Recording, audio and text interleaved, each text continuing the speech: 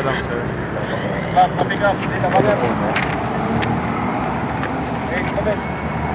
Naku po, isa pa. Wala talagang ORCR dyan, sir. Wala pa po, wala pa yung Kasi pag wala kayong ORCR, nakuha pa to nung December 22. 7 days grace period lang po to, sir. wala pang issue. Kung wala, sir, hindi pwede natin itong ilabas. Kasi mahuli kayo ng unregistered motor vehicle. Yes, sir. 7 days grace period lang po tayo.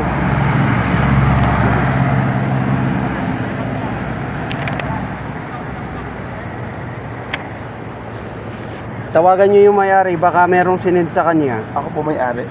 Wala talagang sinend, sir. Wala pa po eh.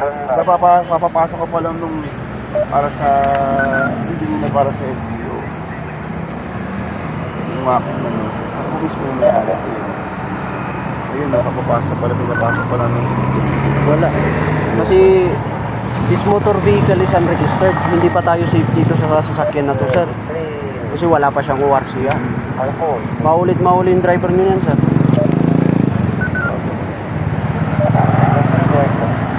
License natin, sir.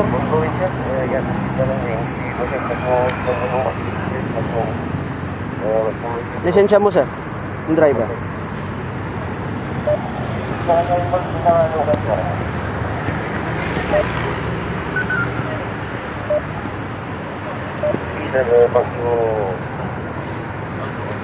Puting tapos driving na Ilonggan. sandali lang, sir, tinatawag yun. Kasi sa Manila pa kami. Oo nga, sir. Pero nasa Baguio na tayo. Yung sasakyan kasi is pag hindi siya naka-register, wala pa tayong insurance dito. Paano pag nabangga tayo? Oo nga. Pero ngayon, hindi pa rin siya naka-register. Kaya mahuli pa rin kayo, sir. Parehas lang siya sa hindi rin na-register na sasakyan. Sa atin, kay sir ng ano. Sa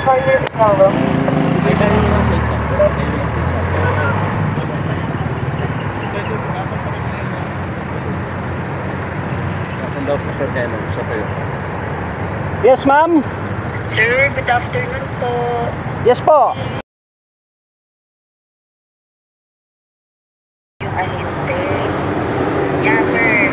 Actually, sir, nakaprocess pa po sa LTO, sir. Kasi medyo natatagalan gawa nyo sa LTFS portal po natin. Ang problema natin, madam, hindi nyo in-explain ang 7 days grace period dito sa inyong client. Paano po bang gagawin natin, sir? Anong gagawin natin, ma'am? Automatic po huliin namin yung driver kasi unregistered po itong motor vehicle. From Manila, nakarating ng Baguio. Okay, ma'am. Sige po. Ano pong pwedeng i-present, sir, para malaman nyo, sir, na nakaprocess po yung LTO niya? Dapat, ma'am, in-advise natin yung bumili ng sasakyan na hindi pa gagamitin hanggat wala pang ORCR. Mas pang 911. Sige, sir, kausapin ko na lang din po yung... Mas pang 911. Wala tayong magagawa, madam. Nandito na sila. Pinoprotektahan lang natin itong mga sakay ng sasakyan natin, sir. Diba? Kaya natin ginagawa yung trabaho natin para doon sa protection din ng mga bumibili ng sasakyan. Okay? Pasensya na po. Pakibigyan na lang. Yun nga po, tumawag din kami kasi nung kahapon galing kami ng Taytay. Oh. Tagaytay. Then nagtanong din kami sa kanya kung kasi concern din namin yung ORCR. Eh sabi niya, wala naman po expired. Hindi, talagang hindi nag-expire to. Pero itong vehicle ninyo is unregistered. Ibig sabihin, wala pa kayong insurance. Wala pang insurance tong sasakyan, wala ring pan itong sasakyan nyo, hindi pa naka-registered. So, prohibited na, hindi nyo pwedeng gamitin to. Hindi pwedeng ilabas.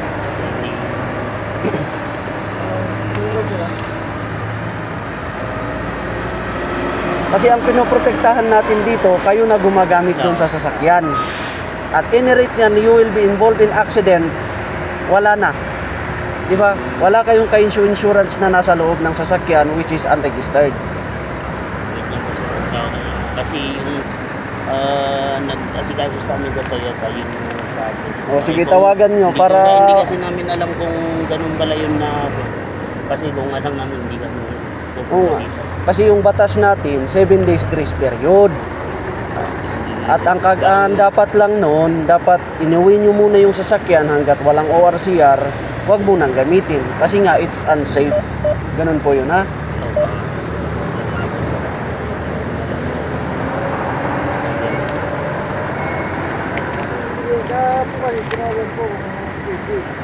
Ano sabi niya, sir? Oo. Hindi, kasi ano, nandito kami sa Bagyo. Di ba, nag-usap tayo na pinilibiyahe yung sasakyan? Hello? Oo. Yun kasi, Tignan mo. kakalabas Oo, na. nakaso na hinuli kami dito kasi hindi daw pwede. Unregistered yung sasakyan, sabihin mo. Hinuli kami kasi hindi daw pwede. Ito, kausapin mo yung si sir. Para maintindihan kasi hindi din namin alam. Ayan, huwag mo kami. Sige lang. Hello, sir. Hello? Hello po. Hello, sir. Hello?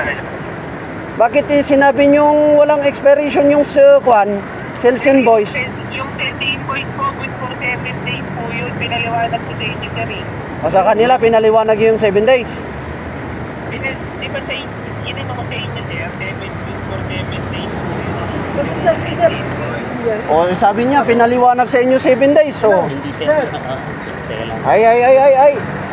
Hello? Kasi kung hindi Oh, pwede, di hindi ba, sabi namin ko sa'yo, ibigay. Kaso pwede hindi mo namin ibiyahe alam na, kung saan. ibiyahe dito sa Bagyo, so, bigyan mo ng papel para pwede. Sabi mo po, pwede. Hindi sila nagkaintindihan. ang masakit. Ang problema natin dyan, pag hindi kayo nagkaintindihan, automatic. Meron din kasi tayong ordinansa which is effective, no? So, binayulit na natin yung ordinansa, huli namin kayo, sir.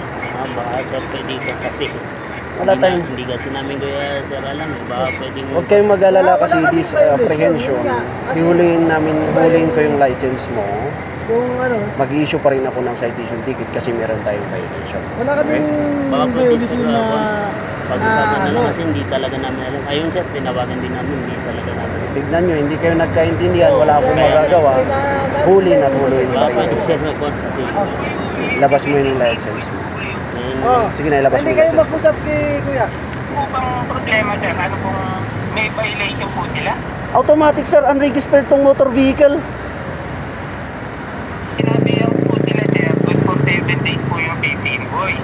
Oh, Habang wala po yung ating ORCR, it's very unsafe to use unregistered vehicle. Di ba alam nyo naman yan, sir? Ako, sinabihan ko naman po sila. Oh, sige. Ako nang kumausap sa kanila. O, paano na lang, sir? Patuyo na lang po. Wala tayong magagawa, sir, ha? O, pag-usapan niyo. Pag-usapan niyo na lang po. O, sabi ko po si sir. Oh, sige, wala akong magagawa. At yung ticket na lang makiusap sa kanila. sir, baka pwede. Pakilabas yung license mo. Yun na lang. Sige na, akin. Yun na lang. Sir, hindi ba pwede sir po? Ha? Kasi yun lang kami ba? Basta ilabas mo yung license mo. Kailangan ko yung license mo. Ganun lang. Oo, hindi naman namin, kung alam namin kaya, Tumawag ako sa hindi kami magbibiyahe kasi kuwan. Huwag kang mag-alala kasi titikitan lang kita. Meron kang violation, bayaran mo na lang dyan sa baba ng SM, yung Magkano police yung bayad? station. Unregistered motor vehicle.